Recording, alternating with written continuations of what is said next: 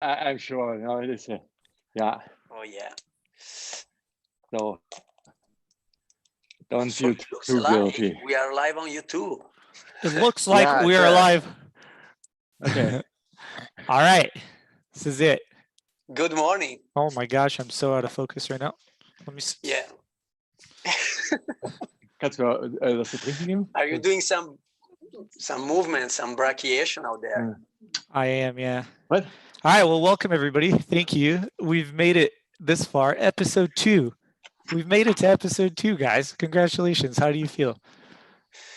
We feel pretty good. I'm very happy that you are helping us. We barely made it. Yeah, as usual.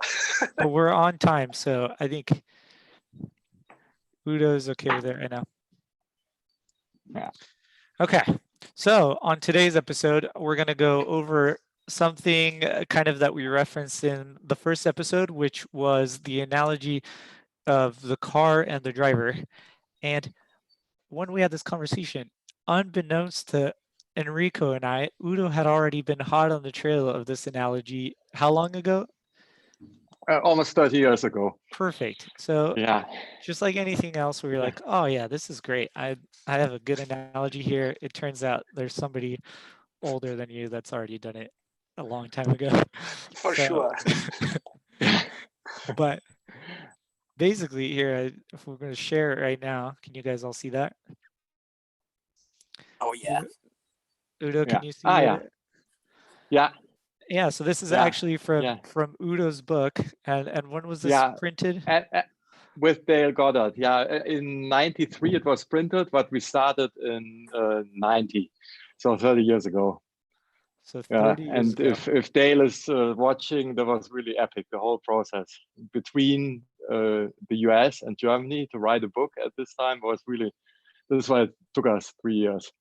But the thing is, these pages that you have open, I'm still a little bit proud about it, because the whole concept, like with the weakest link principle, and that works, I think, still really nicely for any sports book. I think that's a really nice concept in the book. And part of it is this car analogy.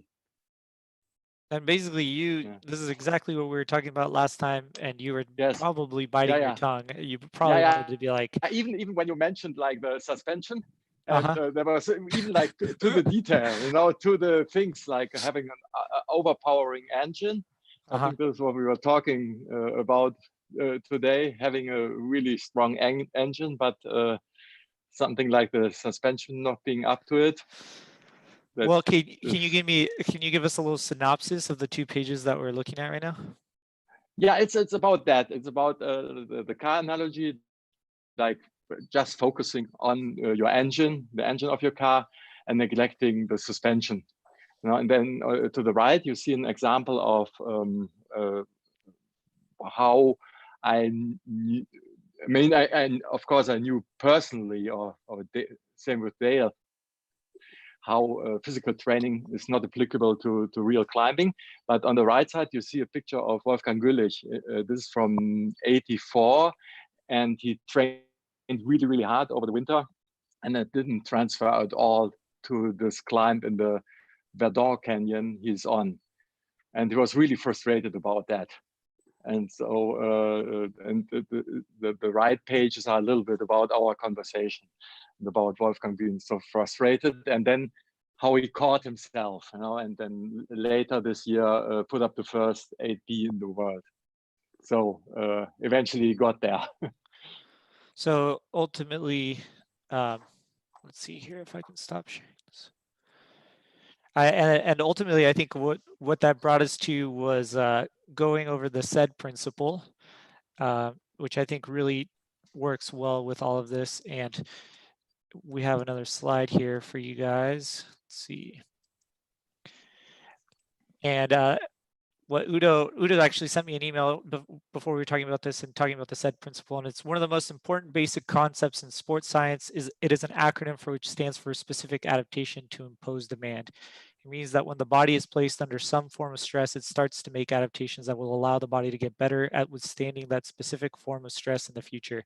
The adaptation process does not occur by any one mechanism. It is general tendency of the body which is played out in innumerable separate mechanisms. While it is almost impossible to understand and account for all these separate mechanisms in devising a training program, it is easy to remember the general said principle. It means that the body is always trying to get better at exactly what you practice.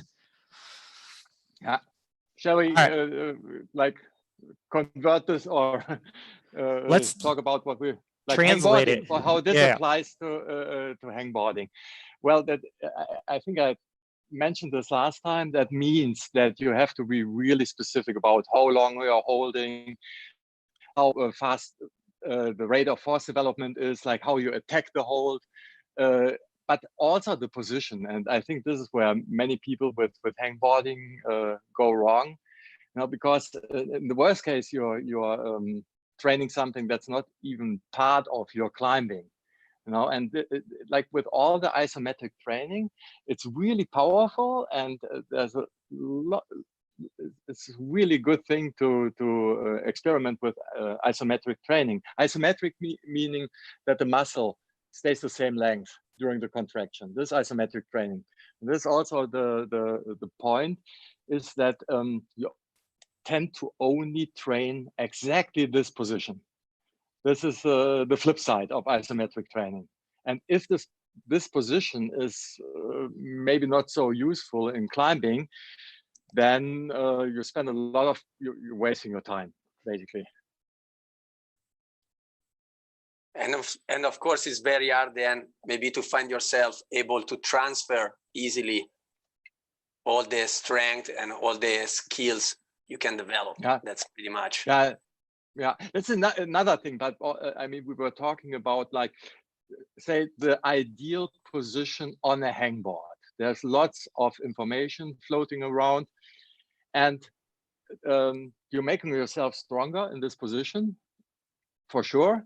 But then if this position should be like with slightly flexed arms and with your shoulders engaged, what do you do when you reach a hold on, like, really stretched out and really extended, without your shoulder being engaged and without your arm being flexed? There's just a huge risk there that you're weak in this position. And this is when you get injured. We always get injured in the positions that we don't train. Yeah, and I think I pulled up another slide here, and this is from, where did we pull this from, these images?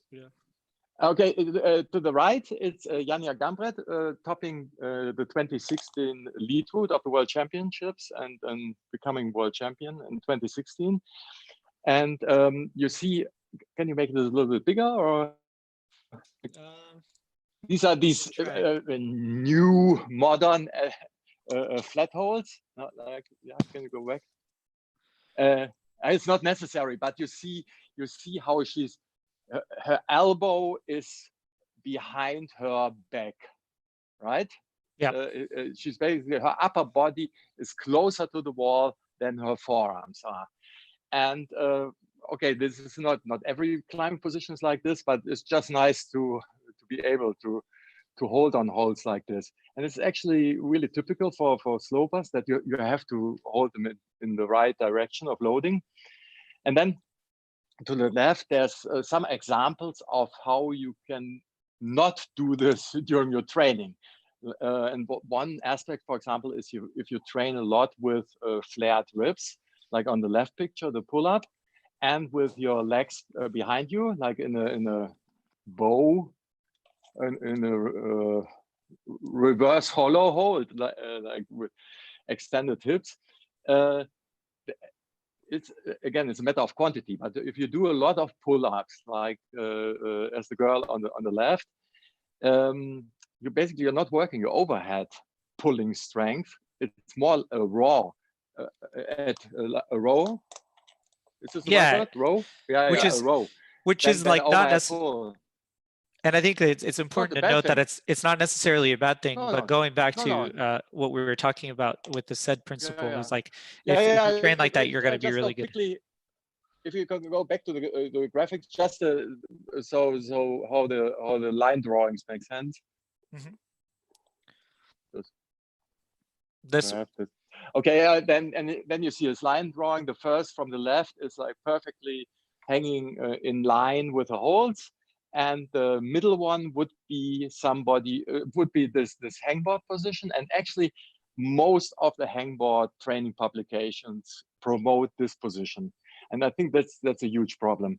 Then to the right of it, the right post line drawing is what might happen is that you develop this strength, not fully overhead strength, and you pull down on slopers in front of you, and that doesn't work very well. And we see this pattern really often, even on high level competitions, that some climbers have really problems to load slopers. And I think that part because of the training they're doing, and yeah. It's also like a lack of mobility too, because I had one of the athletes on our team who, like if you lay him prone, so face down on the ground with his hands over his head, he couldn't lift his hands off of the ground. So even just laying on the ground with his hands over his head, face down, it was a stretch. So if you can't hope to do that, then especially on slab and you have a hold over your head, you're working really hard just to maintain like that position behind you. But so it doesn't matter how much strength you have. And it's always a neuro element in there. It's a pattern. You know, if this is what you, again, going back to the set principle, if this is what you have been doing again and again and again, and another pull up, this is just the pattern you fall back to. And these patterns shouldn't be underestimated. You know, they can be really powerful. Yeah. So I guess one of the questions coming off of this is going back to the car is, I think right now, since one of the ways to combat this is a lot of climbing in different terrain, obviously, because essentially, if you're missing that right now because you're in isolation and you don't have access to a slab wall or you don't have access to a wall in general, and hangboarding is one of the only tools that you have access to, how can we prevent those habits from happening? Okay, then maybe go back to the one before, with Jan on the right. Oh, with Jan. Okay. Yeah, I mean, this doesn't really. Maybe it's difficult on a hangboard. No, the other one. I think the one in between. No, the next one.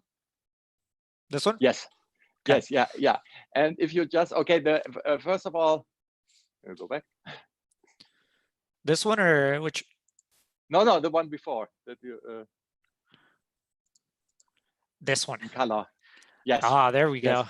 On the left, we see it's called, actually, this term is a little bit borrowed from biology or zoology.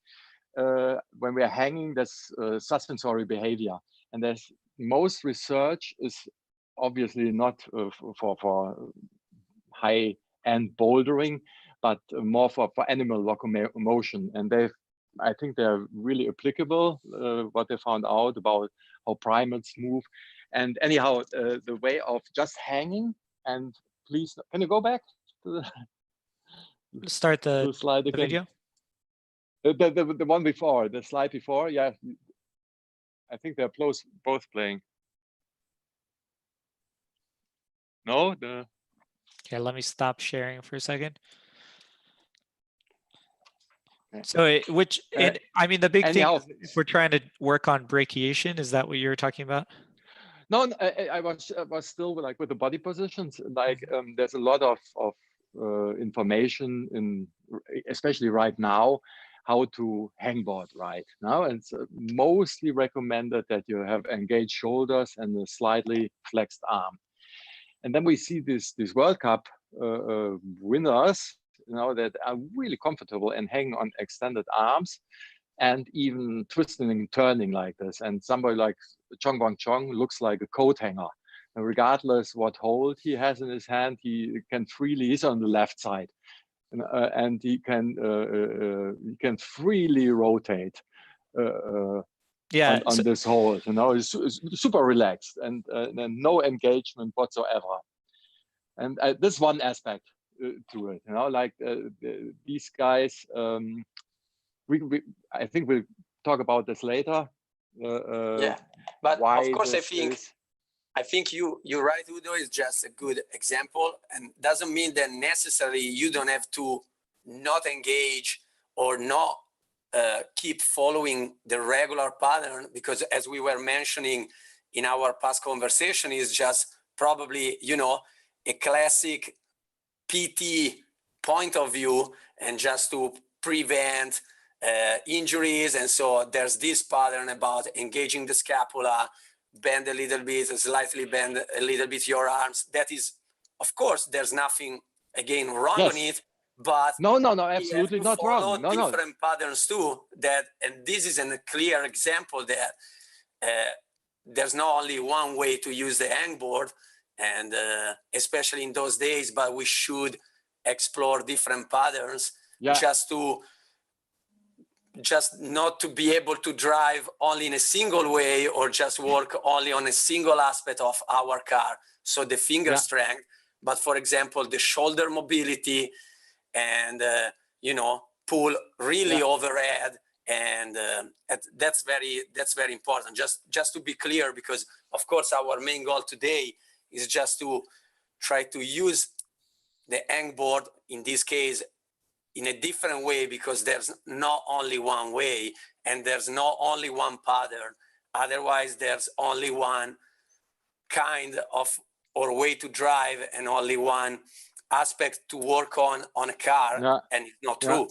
Because I think the key part too is that when we're talking about the weakest link of the car, for a lot of people, I think that is a challenge within itself, just being able to notice what is the weakest link. And so we're going to fall back on whatever we can find to work on. Because I remember for me, for the longest time when I was hangboarding for a while, like that position that he was in, especially on a volume where you're false gripping, I don't know if you could tell, but like false gripping where the forearm is extremely shortened, but then just dead hanging in here. When I was hangboarding a lot and felt very strong that way, and I would get on something like that, it felt like my whole arm was going to get ripped out of the socket. But it's necessary in order to do some of the moves. And I think it's hard because it's like there's some level of risk that all sports have, and some of these moves require you to be able to be confident in those positions. You could train all you want to like avoid so that you don't hurt yourself in training, but then if a climb requires it of you in order to be successful, I think we see a lot of climbers who are willing to then at that point try really, really hard and put themselves in those positions without ever having practiced them or strengthened them to some degree, and that's when the injuries can really happen. And this is like I really like the video of Jan doing it. I think there was just another aspect, like if you watch this the right clip, what's happening is, I think it's always worth analyzing what's actually happening there. Now, if you see it in real time, of course, that looks like a fantastic feat of power. And even when I watched it in real time, I could swear that I saw a lot of pulling action. But what you actually see there is mostly that he's raising his center of gravity and creating this opportunity for himself. There's actually far less pulling movement of the upper arm involved than you would think. And I think something that's important to note about it too is like, this is how, like the youngest the kids on the team, when we ask them to campus, this is how they do it, because they just don't have the strength or power. But you give them the challenge, and they still manage to do it, because they'll be like, well, if I can't do it, they don't know how to do it the other way. They only know how to swing and try to. Okay, that would be interesting. I mean, if there are some people watching, what to do with these kids. Of course, I mean, I'm totally with Enrico. They shouldn't get away with swinging and and without having the proper static locking power. So this is why we, by the road setters, put little how you call them in the States, the little holes that make blockers, force blockers. On top, and like if you have blockers on top, then it's really quite a bit harder to swing for holes, so this is where you need the static strength. Yeah, And so you just want to be able to you want to be able to take anything that they throw at you. So at some point there will be a test that says, okay, how hard can you hold onto this hold in this position?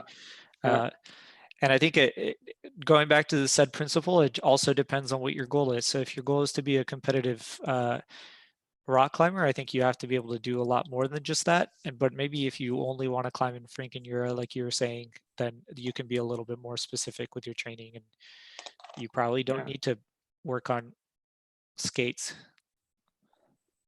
Sure. Yeah. Sure. No, but even within the hangboarding context, like I think even in the Frankenjura still, if you lack this overhead mobility, or even worse, you have this pattern that you have a hold in your hand and then you're instantly engaging everything. Even if it doesn't make sense, you would rather stay below the hold and work your feet up. So you, of course, you want to have the full repertoire. Yeah. And I think honestly, it's not only about, of course, comp climb. It's not only related to comp climbers. I think it's very important. Again, just talking about patterns, try to move away from the classic pattern on hangboard and just try to make some exercise more dynamic or involving more skills. Sometimes relate to coordination, or sometimes just about, generating momentum from the hip, try to control swings, or try to, pretty much change a little bit the grip, because I think and again, I'm a school climber, I'm still doing a lot of old school hangboarding session, because it's very important to work on every single characteristic of the car. So it's very important to work on finger strength, but not only in an isometric and static way. I think one of the worst pattern about the hangboard is that if you got used to control and hold and pull on a hold just in a static body position, is not very often happening on real climbing. Is happening just if you hang as a picture in a living room. That is not kind of very related to climbing. And I think that's the reason why, for example, again, just a little swing sometimes on an hangboard is just changing a lot and improving a lot. And so it's something just to add, not just move away, but just add different patterns and do different kind of exercises, of course. Yeah, and also I think you're doing this too. Like I see recently there's a lot of experimentation, like even in terms of how long you hold, and then like doing really quick repeaters, for rate of force development. And I tried those, and they're hard. Again, this is also, I mean, like part of the development is also there is no right way to train anything, but the very important part is that you keep it fresh. That you have to surprise your body. If your body already knows what to expect in every session, like I'm talking strictly maximum strength here, you're making a mistake. So if you held like for 10 seconds and did this certain protocol, with so and so many rests, it's just worthwhile to do a shock to the system and do like 3 seconds and shorter rests or something. Mix it up. Yeah, it's what I mean. It's not only the position, but it's a lot is also about how you go about it. The context of the training a little bit. The surprise element is really powerful for the body to adapt. Of course. Of course. One thing that we talked about a little bit last time was in terms of, I think, also selecting the holds that you're working on, even within the hangboard, like some of the holds that are a little bit more forgiving in terms of the skin, and they kind of grab onto you a little bit as well. I have like a Beastmaker here, and some of the slopers sometimes are almost like unusable on the outer edges, but maybe if you can kick it out a little bit so that it's a little bit better. Even just, you mentioned doing pull-ups on a sloper, it requires quite a bit more engagement than to just hang any sort of perturbation where it becomes more difficult to stay on the hangboard, I think is interesting. It adds a little bit of a different element. Yeah, and you do the bigger spectrum of the move. Like even if you start on crimps, if you start with your feet slightly in, so you start with a little swing, so you get a more peak force on your system. Obviously, this wouldn't be something you would start with, but to do something new that can already change the force vectors a bit. Going back to this picture, because I think back in the day, breaking out of that habit where everything was here and I wanted to be engaged in the shoulder and the elbow and the wrist and everything, I think just beginning to feel comfortable in that, if you've been in that for a long time, I think you even had it once on your Instagram, Ludo, I think, but just hanging drills on a pull-up bar to kind of isolate. Yes. Yeah, even let's just imagine everybody got a mat ball after last week's show, and you just mentioned how uncomfortable it was for you to hang with a straight arm, and the same here. I did so much bench pressing for kayaking, and my shoulders are really not mobile at all, and I feel really like with an extended arm I feel bad. And if you just grab this mat ball you got and just have it at your waist and your arms extended and just turn it around. And if this feels uncomfortable, then you should check a little bit now, because this is actually uncomfortable for a lot of fairly accomplished climbers. This would be the test you're mentioning, is the same thing to basically make sure that your shoulders is capable of dealing with all the forces that you have to expect when climbing. Yeah, because certainly the first thing that you should do, if this is something that you haven't had experience with, is not what Jan is doing right now. That's like yeah, but I think that's not really a high risk.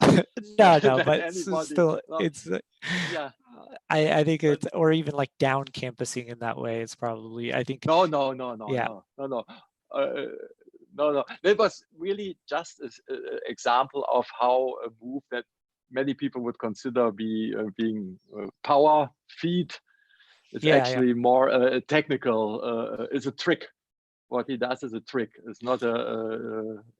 Well, let's provide a little context though in terms of specifics of why this is helpful for, let's pick competition climbing, since that's kind of where a lot of us are coming from.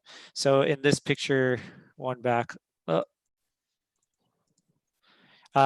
Janya's example, I think basically those holds can't be utilized in the position that is the third little guy up on the right. No, exactly. Yeah. And I think that's where it's really important. I put a little sloper under. Yes, it's a little sloper, and you can tell how this is. If they don't have very good friction, this guy is off, right? So this is really like, I think we mentioned this last time. This is the first thing when hangboarding. Think about your body position a bit more, and make it a little bit more authentic. Provide a little bit more context. Like your feet, your maybe 1% of all your climbing in the position of the stick figure in the middle. And one of the things too is that I think it's going to be challenging for people. I like Enrico's setup that he has, if we can get a picture of that at some point, because the holds are in varying widths, and if you don't have the overhead mobility, I don't know if you guys ever do like any sort of where you get a bar and you try to go around, it's going to get harder the more narrow you are. And so if you're kind of locked into this position on a hangboard, which a lot of the hangboards are pretty narrow, it's going to be hard to be here in a way that doesn't really impinge on your shoulder. But if you're able to grab on the holds a little bit wider and then slowly start moving in towards the center, because this picture that you have, is that Yannick on the right side? Yes. This was a situation where he, just because of this pattern, was struggling. And you can see he's holding it in front of you. And a lot of times I talk to the way I tell the kids to cue them a little bit is, if you see, you shouldn't be able to see the surface of the hold with your hand on it.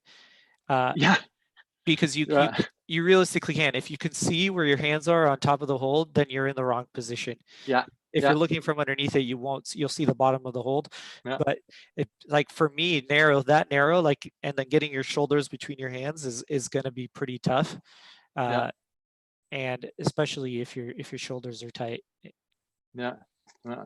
But again, there's also the timing element to it, and most of these really the pattern is really powerful, because these people, I shouldn't put them down like this, but if you're in this pattern, you tend to rush things. They're not the most patient. They often miss the time to really absorb the impact, and move from there, or they mess up the absorption aspect of the impact once they have the hold. And this is something that's really, I mean, this is not really related to hangboarding, but again, you're creating patterns with everything you do. You're reinforcing the thing you're doing right now. And just something to think about. So this pattern is really powerful, and I think in climbing we have to care a little bit more about these timing issues. Like the kip is a really good example of something. When I can't do the kip, my timing is off. I'm too impatient in the apex of the move, and I rush the swinging back, and this is how I mess up the kip.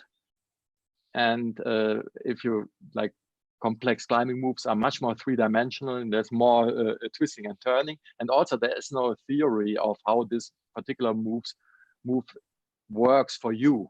Yeah. And again, you with something like always doing the same thing, you're reinforcing the pattern. And bringing it back to the car and the driver, I think the important thing to note too is that when if you're going to be world class, or you're going to get better, you're eventually going to need, like, nobody's winning Formula One in a go-kart, right? Of course. Yeah. That's true. Of course, again, I think it's very important to highlight that is about working on both, and not working only on the car, but working on the driver too. And do the opposite. So back on talking about hangboard and whatever, is just about, there's not only one pattern, but we have to work on different ways, just to at the end be ready, and not to focus only on singular pattern that they're not very helpful, as we demonstrate with a couple of contents.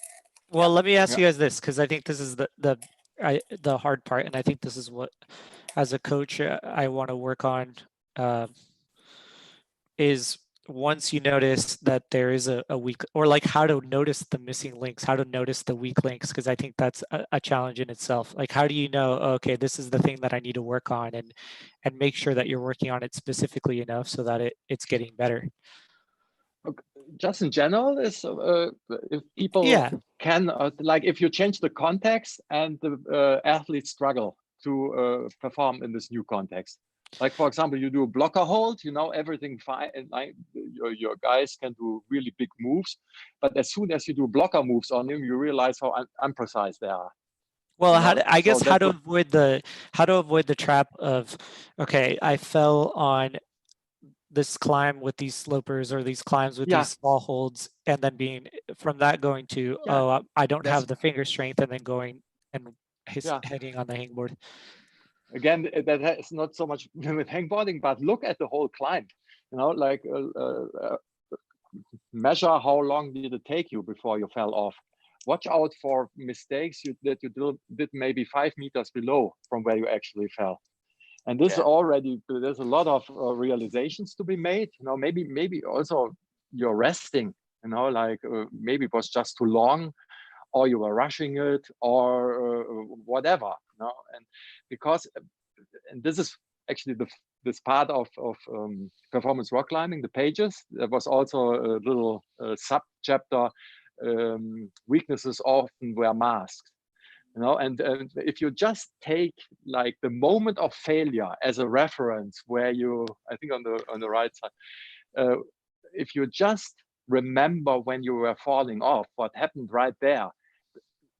Like I think 90% the sensation will be my finger strength was not enough.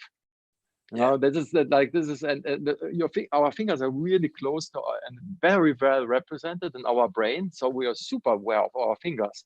So we get much more information from our fingers than we get from our hip. So you very often we draw the wrong conclusions. You know, we think, yeah, my fingers were failing me, and yes, they were failing me, but only because I was stupid in all the other aspects. Yeah. So maybe go ahead, Enrico. No, yes, I was just sorry, Al. I was just thinking. I think it's very. I would say it's very easy for as a climber in general, and then being an athlete too, just to give ourselves every time we fall or we fail, just answers, bad answers. Usually it's kind of, oh, I failed because I'm not strong enough. And so I go straight to the hangboard, or I cannot crimp, I cannot pull on this hold because I'm not strong enough. And then I go straight to train my strength. Instead, giving us smart questions that could be, what I did wrong, which was the bad body position, what I was doing wrong in terms of maybe balance, why I was rushing the move, because sometimes we rush movements just because we don't feel comfortable in that position. And again, going back on the hangboard, because maybe today we can talk a little bit more about hangboard. Classic example is I can hang easily. We were talking about it last time. I can hang easily 10 seconds on two small crimps if I'm starting off the ground. But if I step back 1 foot from the hangboard and I try to jump on them, I cannot do that. And so why? Because it's not about strength, it's about other characteristics, timing, decision, and contact strength, and other stuff. So all these aspects, and you know, we are already talking about 3-4 different aspects just relate to a small tool and a small part of the car that is the finger strength, and the small tool is the hangboard. And so you can imagine if you wanna start giving you and asking you question on a regular boulder problem, probably is way harder to ask a question than give ourselves bad answer and say, oh, I need just to be stronger. You know, it's pretty classic, I think. And it's very important. And again, this is another pattern. Just, oh, I give myself as a climber just answer. Instead, try to work on some good question in how to improve the car, how to drive better. You know, I think it's very important. And again, go ahead. They're actually for the viewers that might be interested, there's really two different characteristics. And the one for holding a tiny edge, one is of course your maximum strength, but there's also this aspect that Enrico just mentioned. It's called the rate of force development, like how fast or how soon can you provide the necessary force on the hold. And this is actually, and you would expect these two characteristics like really related, but in fact, they are not as much as you would think. You know, like in general, like in most diagrams, you see our maximum power or strength is in the middle, and everything else is a sub characteristic of this. But rate of force development is might be even more important for climbing, and this is why I think mixing up the times you're holding the hold and kind of forcing yourself, of course, only if you are fairly advanced and you know what you're doing and you have been hangboarding for a while, but this is what I meant with keeping it fresh and having this really high loads, that simulate climbing. And really try for example, one thing that is really suffering quickly is if you're tired, your rate of force development goes down the drain. And even like in my case, like even after the second or third contraction, I already feel how it's getting worse. So, and that would, if I would plan to do a crimpy boulder problem, now that would be super valuable for me to train. One these way that I really like, short contractions. Yeah. one way that I like a little bit to kind of see which one of the parts maybe that you're missing is if we're working on a boulder problem, getting into the different positions, because I think a lot of times where we're missing a lot of information is getting from one position to another. So your starting position, your ending position, and for a lot of climbers, they're able to hold the ending position, and it's the information in between, how to get there, that we're talking about, the timing, kind of what the hips are doing, and then when they're trying, they have the final position and they can take a video. This is my final position. This is where the hips need to be. Are you actually getting everything there at the time it needs to be when you're trying the boulder problem? And there you can start seeing, okay, the hips are lagging, like the hips aren't getting to the final position, and you can start focusing, all right, I need to focus on getting the hips there. Or maybe you are getting to the right position, but you just can't, like you said, create the force quickly enough to stay on, and or you're not decelerating enough with the legs or something like that. So yeah. So maybe it's a good segue to show the Korean boy, like just as an example of how, like, even stupid games and what they do to kind of demystify them. Because it's always somehow we always think, that's just fun or playing. I actually don't but think it's I not have the that real one. thing.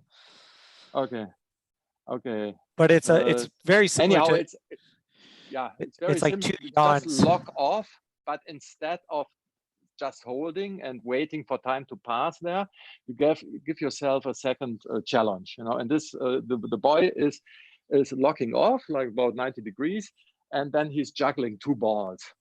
This is not like, I think he's 12 years old. It's just a nice way of okay, let's break it down. What happens? Like, if you would just hold a weight, you would freeze and just have this pure isometric contraction, and that can work. That can be really nice. But of course, if you're juggling, you have to kind of correct your movement. So you're already adding a little reactive element. So you're not only training your muscles, but also very much your neuromuscular system. Yeah.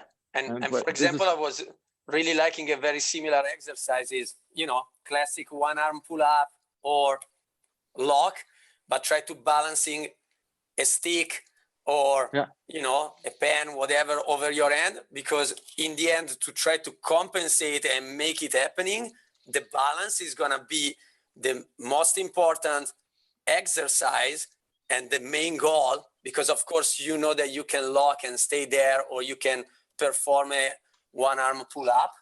And then of course you want to balance, and then you're going to work most likely, if you take a look on some video, you're going to work most likely on your hip and on your legs to create enough momentum to kind of compensate the balance, because I think, of course, again, talking about answer and question, I think looking at the video of Jan Hoyer doing the one arm pull up, the one arm dyno. So most of the people that can give themselves an answer, of course, he's super strong, he's doing a one arm dyno. To me, is more what he's doing so well that the other guys as strong as him, because they are World Cup competitor, they are not doing. And if you take a look, he's generating everything off his legs and his core, center of gravity. Is pretty much doing a pogo without pushing with the legs. And so again, he's generating momentum from the hip. And so if we are not kind of just focusing, thinking about strength, of course, is a great example of power, but there's more than this involved, Yeah. Let's dial it back. I go back to just, okay, what can you do? You just have a beastmaker, and you're interested in rock climbing. You're not Jan Hoyer, and try to do just a regular pull-up and try to balance a toilet paper on your head. You hear me? Yeah, we Yeah, can hear yeah, you. yeah. No, Okay, that's okay, that's a okay. good example. Okay, Yeah, yeah. We are here. We are yeah, here. and then it's actually, and you see this, for example, with Jan campusing on the right on in this slide. You see this. What you get, or what you only can do the pull up, and the toilet paper only stays on your head when you're a lot smoother. You know, if you jerk and kind of throw your head in the back, as you might do otherwise when doing pull-ups or when doing campusing. With the balancing something on your head forces you to be much more in line and much smoother. And why this makes a difference is because any hold, you know, for any climber, even for Jan or even for Adam Ondra, Janja, there's a limit to what this hold can support on weight.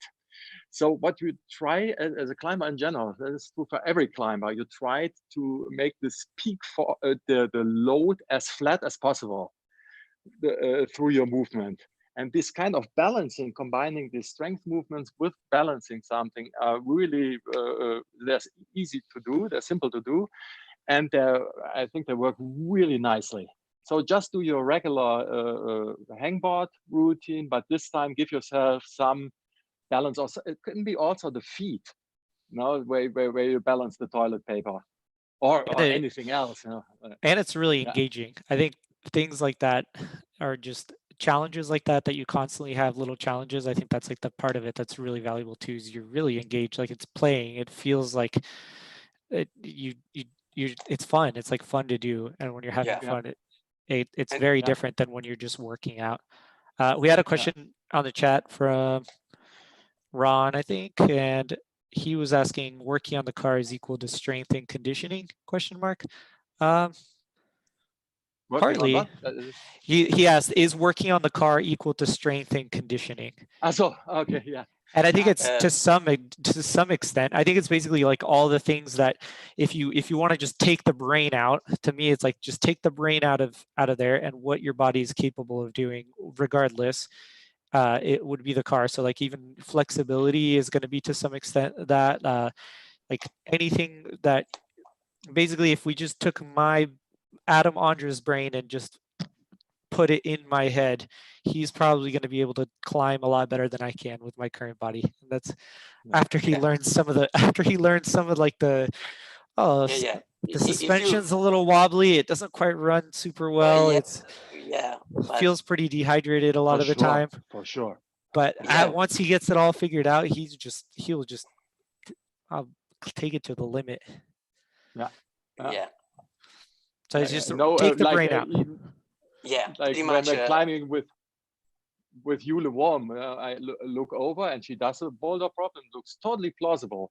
And then I'm in the same boulder problem, and I climbed a lot in my lifetime, but it takes me longer, and it's more awkward and not as mobile to put to work the arrangement of this boulder problem, you know. Whereas with Yule, it looks no, even if she would be like the same person but my weight, she's still would climb better than I do.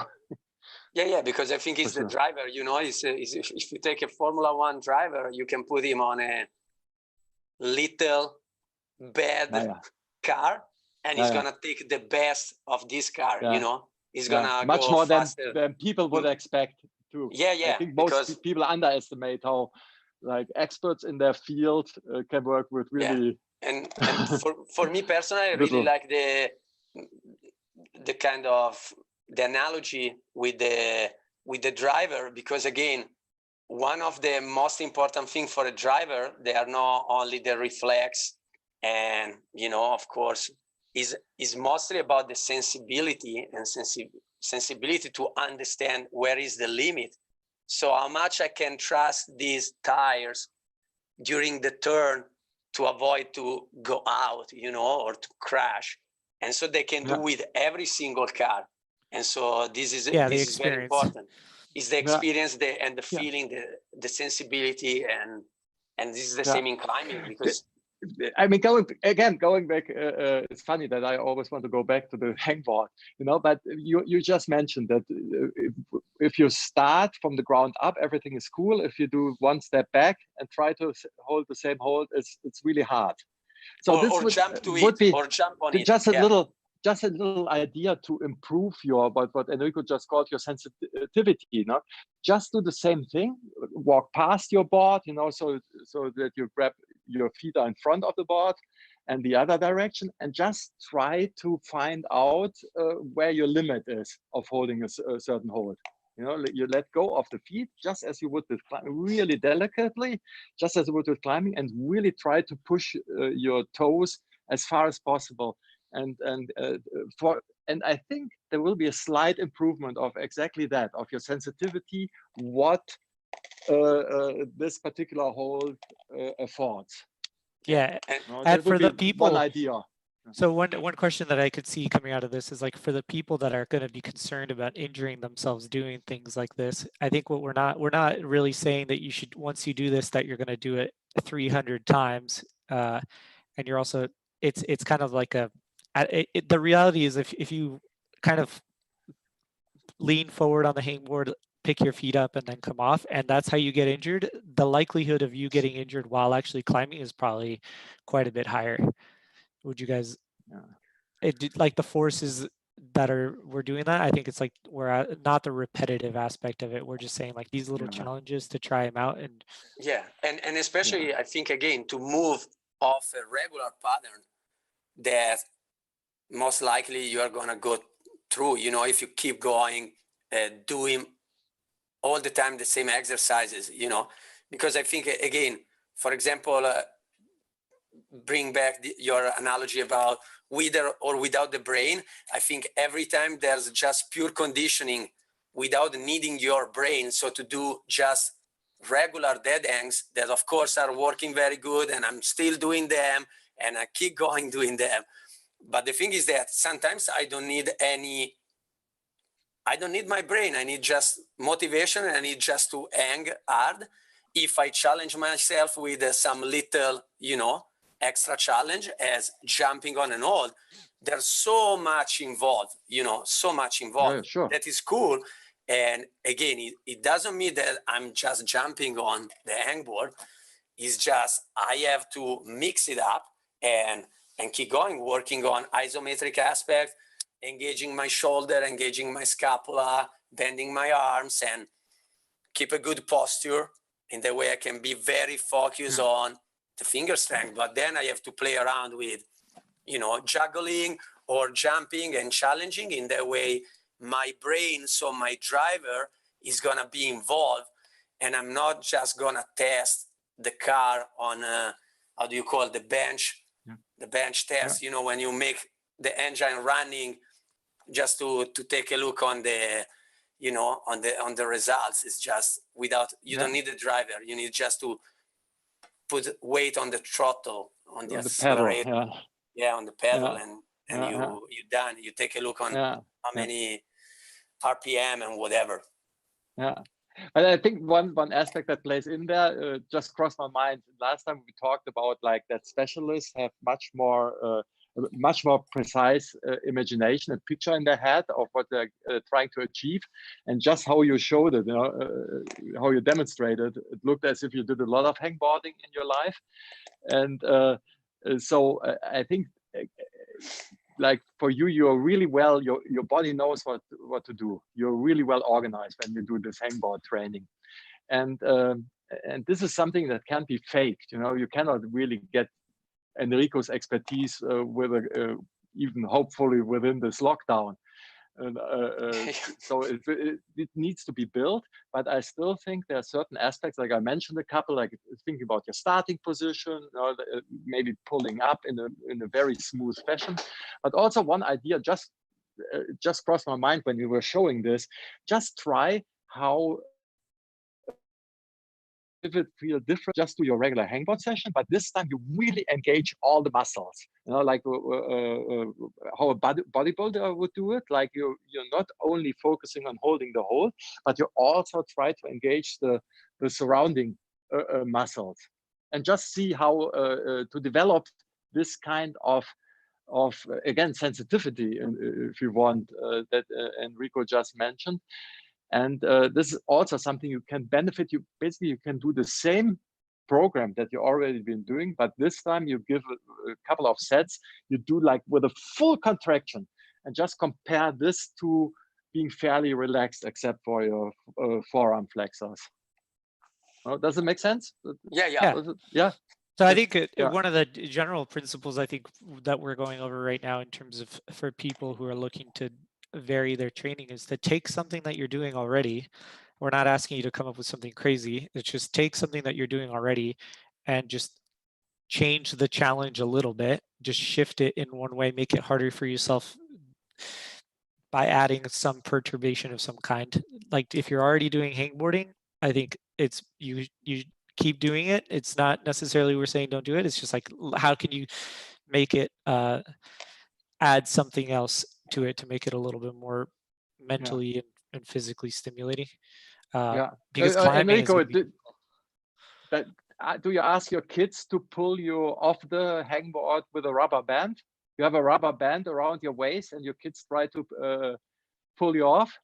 Yeah, but kind of. You can try. There's a lot of those are very classic kind of workout for other sports with the elastic band pulling and whatever, because again is a very good example because the energy is changing, and so because the elastic band as much as got pulled, then it's harder to contrast, and so you have to do again a lot of adjustment. And again, the coolest part I really like, and we were talking about it when you were back in San Diego, I really like to try to do a little bit more dynamic sessions on the hangboard or exercises, just because they're easily more transferable to regular climbing, because when you climb, you have a lot of adjustment around the holds, and if you just hang poorly on the hangboard, of course, it's just one single position that is necessary to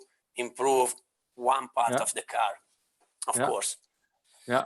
And then talking of that, why only holding a hangboard? You like it's so hard to hang on two towels that hang from something. Just put two towels over a bar, and if this is too easy for you, take three towels. So you arrive with something really big and try to hold it with one arm, and that will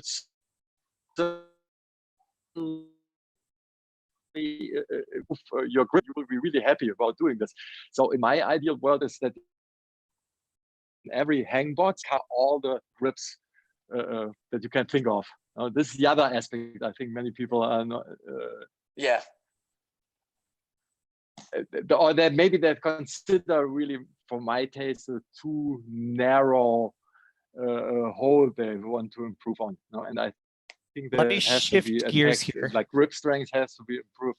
Yeah. Okay. Sorry. Yeah. We're gonna shift gears a little bit, not completely. We're gonna stay within the said principle that we were talking about, but we're gonna. It's a question that got sent to us, and put this little guy on the screen real quick. And it's from Instagram user Upgrade Climbing, and the question was essentially, would you be able to discuss which new, not directly climbing related skill acquisitions are most useful, least useful for climbing, and why? I can see that the process of learning, attention engagement of any new skill can be beneficial, but which new motor pathways could be best with climbing? For example, is it more beneficial to learn to juggle or to learn to do keep-ups with the ball? I and most other climbers I know can juggle any item fine, but are rubbish with their foot coordination. Would this suggest learning to juggle is more beneficial than learning to do keep-ups, or could gains actually come up from learning keep-ups? And I like the word keep-ups because that's a very juggling, I think, here means keep-ups, and so it's a little confusing. No, I think he contrasted the keep-ups are with the feet, and the juggling exactly means the hands. No, and this is cool. Yeah. Although I find it a little bit more glamorous to call keep-ups juggling already, even with one ball. Yeah, no, I like that.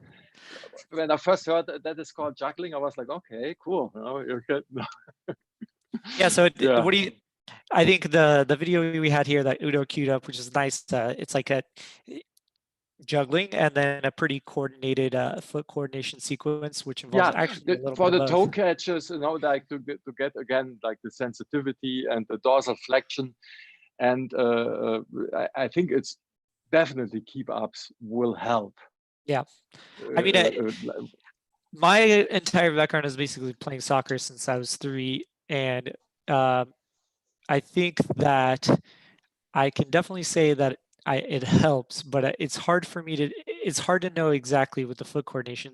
The main thing that I really like about juggling is that in order to keep the ball up, you have to shift weight without necessarily knowing ahead of time. Like the ball is gonna, the more control you have, the better. But if the ball goes over like 5 feet to your right, you're gonna have to take a number of steps, and you're constantly gonna have to be shifting your weight over your feet. And I think that's something very valuable, specific, like especially for skates or moves like this, where I see that people have a hard time getting their weight shifted over from one foot to the other. Yeah, but I think there are many aspects to it. Again, so far climbing has been considered really like, especially spatial aspects of climbing, what people talk about, and the temporal elements are much more important nowadays. And this is why it just like, even from the mindset, it really helps as a climber to do lots of these kind of fluid changing center of gravity, changing your leg, to be just more agile than climbers used to be in the 80s. Yeah, and also I like the part of it And that's not rehearsed. You then this can't keeps really, up. yeah, you can't Yeah, really decide where the ball is going to go. You basically yeah, follow it along, and you don't have time to, because a lot of times when I see climbers that struggle with coordination when they're running to the wall to do maybe a run and jump, they have a really hard, they run up to the wall and then they didn't measure their steps right. So they go back and they're like, okay, then I go right foot, big step, 2 little steps. But really, in reality, you should just be running at the wall, and your brain usually will measure the steps yeah. correctly. And this kind of stuff helps a lot with that. Then it's at some point like you're probably great at keep ups. If we go back to the principle we're talking about, at some point, if you're doing keep ups, the best thing that keep ups are going to be for being better at keep ups. Like it's not even necessarily that you're going to be a great soccer player because you can do keep ups. Like even within that sport, it's not super transferable. But the good thing to think about is, you've worked on this skill of like maybe measuring your steps or something and timing and moving around. Then you go back to climbing, and if you're still not good at coordinated moves, maybe it just doesn't have to do with foot coordination. It could be that you're afraid of hitting the wall, and that's causing you to not like throw your weight over it because you're worried Yeah, about what. I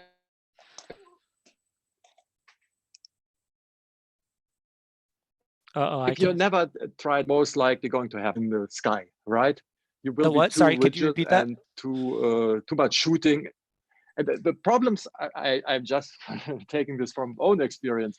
If some of the viewers have never tried keep ups with a soccer ball, Mhm. what will happen? They will shoot to the moon, right? Yeah. I think we're all from football nations. No, full Yeah. disclosure. I know this is tough. I feel like I'm making Enrico myself. is Italian, basically the Of arch course. enemy of the Germans, and you're Not from really. We are Colombia, just better in and soccer. This is just difference. you're We are not just really enemy. We are just you, better. it's because you're always whining and complaining, and you get the penalty Of kicks, course, of and course. No, no. or drive your opponents nuts. Yeah, no, yeah. no, but still, what I just want to say that for us, it's, I don't know, maybe for some American viewers, they never tried keep ups. It's not part of what they've done so far. So I'm just mentioning that for us, it's something we do, as we all did a lot as boys, Yeah. right? And for your standing within your peer group, it's super important to be good with the ball, to be friendly with the ball.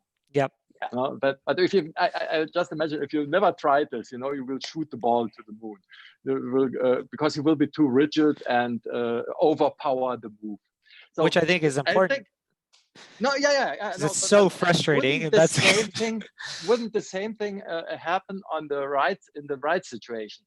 Yeah. If you never tried a dynamic toe catch, you will put your foot in one position, like 90 degrees angle, and then you somehow hope that it will hang on, but you will certainly lack this what Enrico just called the sensitivity in this situation. And so I think there is a transfer there. It's not like a straight transfer. So you cannot hope to just do keep up and never try to catch toe hooks. And the first time you're trying it, you will benefit from all your great keep ups. No, that's not how it works. But you definitely can build this awareness. And you can transfer probably. Yeah, and I think so too. And even being comfortable in this situation, that subtle differences in your ankle make a difference at all. If you never really dealt with this, I think you're certainly lacking this kind of sensitivity. Yeah, and I think next episode we'll talk more about coordination. But something I think important is just it's certainly not gonna be 100% transferable to climbing, but I think the skills are really valuable. And there was one element in the question. I don't know if I got this right, but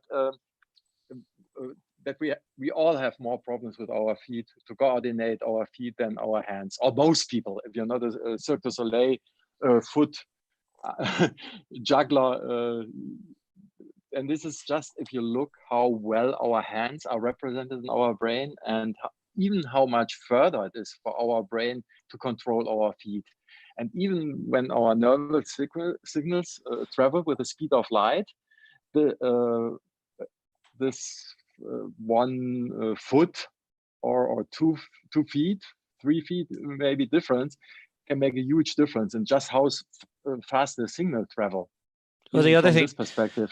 The other thing too, from the move, especially that you highlighted here, and that's really common, I think, for a lot of athletes too, is as soon as the hand comes close enough to where you can touch it, your focus shifts entirely to the hand and you forget what the feet are doing. So maybe keep ups are like really foot focused, but even just adding something like you're something that you're doing with the hands, I'm going to balance something on my hand while I'm doing keep ups, where you can involve it, because having that connection of thinking, oh, I can feel this pressure on my right hand while at the same time keeping track of what's going on with the feet is pretty challenging. And again, another way to just take something that you're already doing, you're good at it, but just by doing something simple, it'll get harder and you can learn a little bit more from it.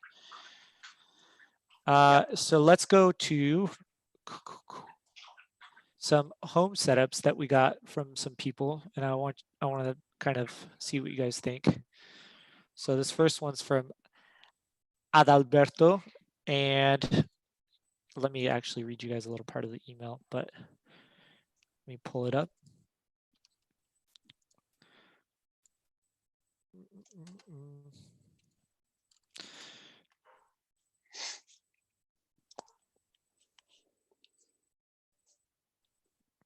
And we have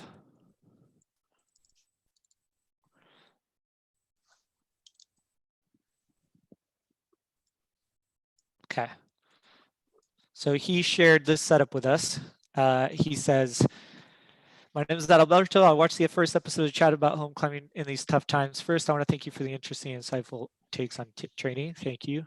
And since you guys suggested to send me some examples of home training setups, I wanted to participate in maybe hearing some advice. I'm an absolute beginner. I started going to a climbing gym at the beginning of November, so the quarantine didn't just slow down my progress, but I was very afraid of losing the very little experience I had already gotten.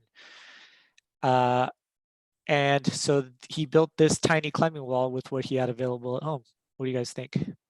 It's this thing in the middle. There's the wall. Yeah. Yep. Okay. Cool. Yeah.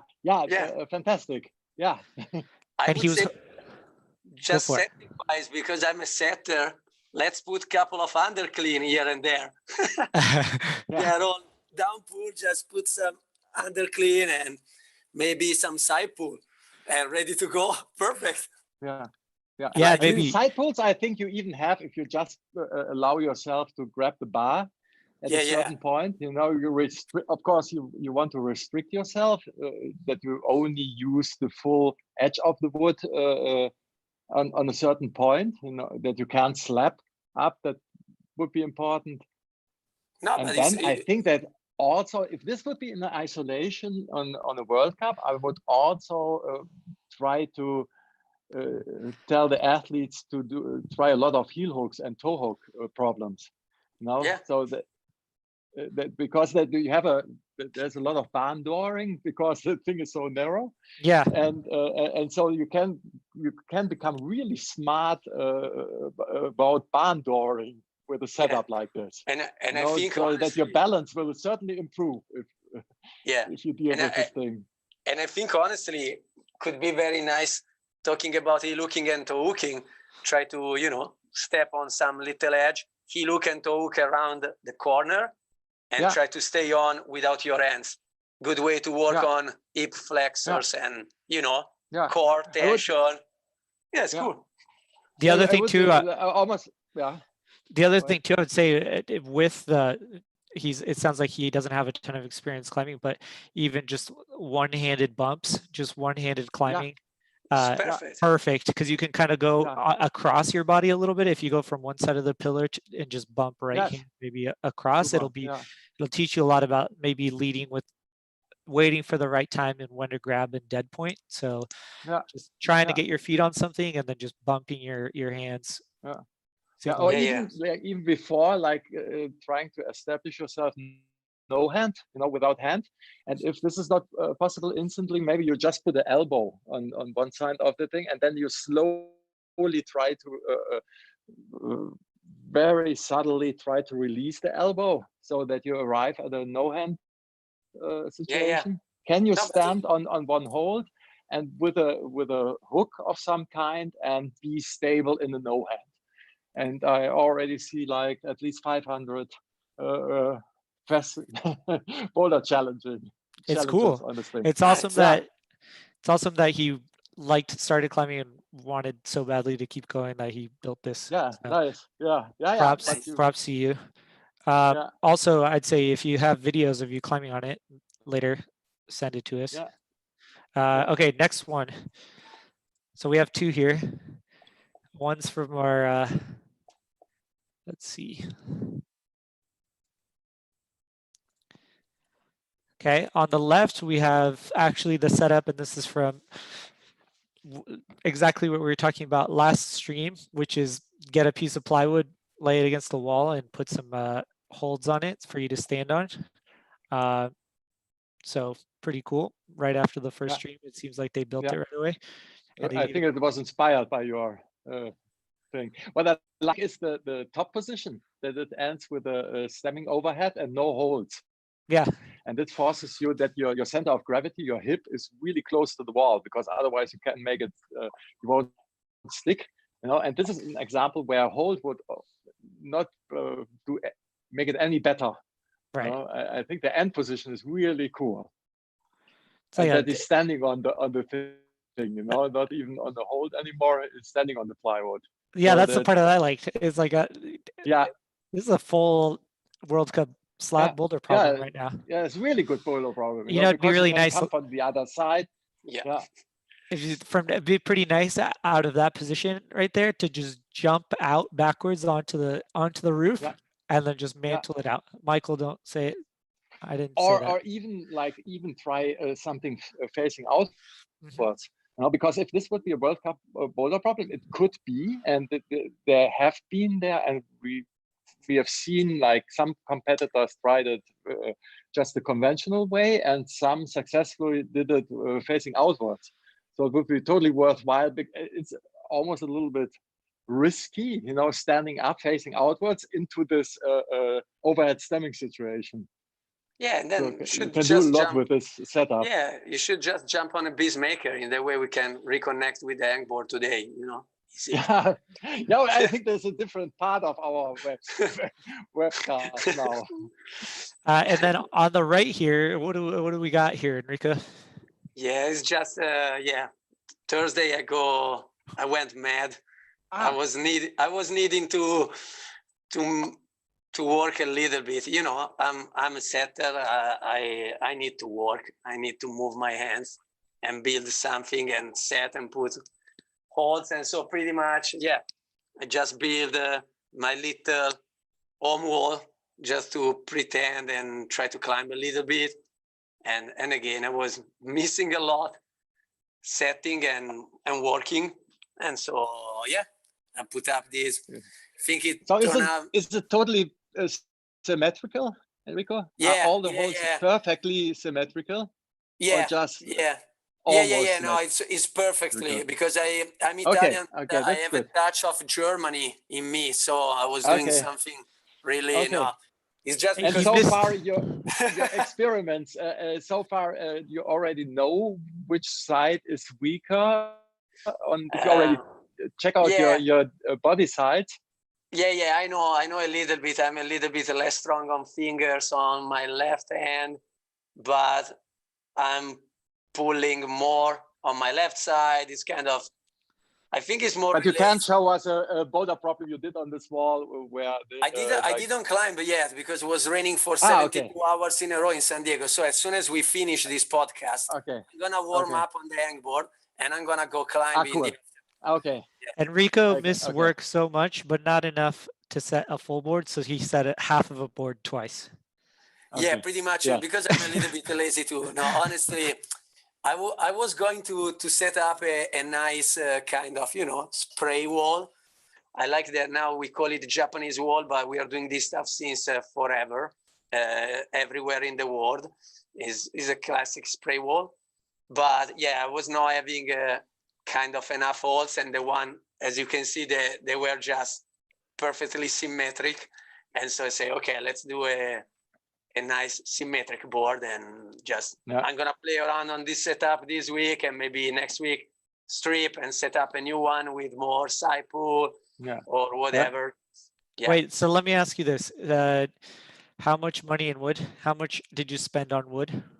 So yeah, it's not the best wood ever, but it's kind of with $120. And how much on holds?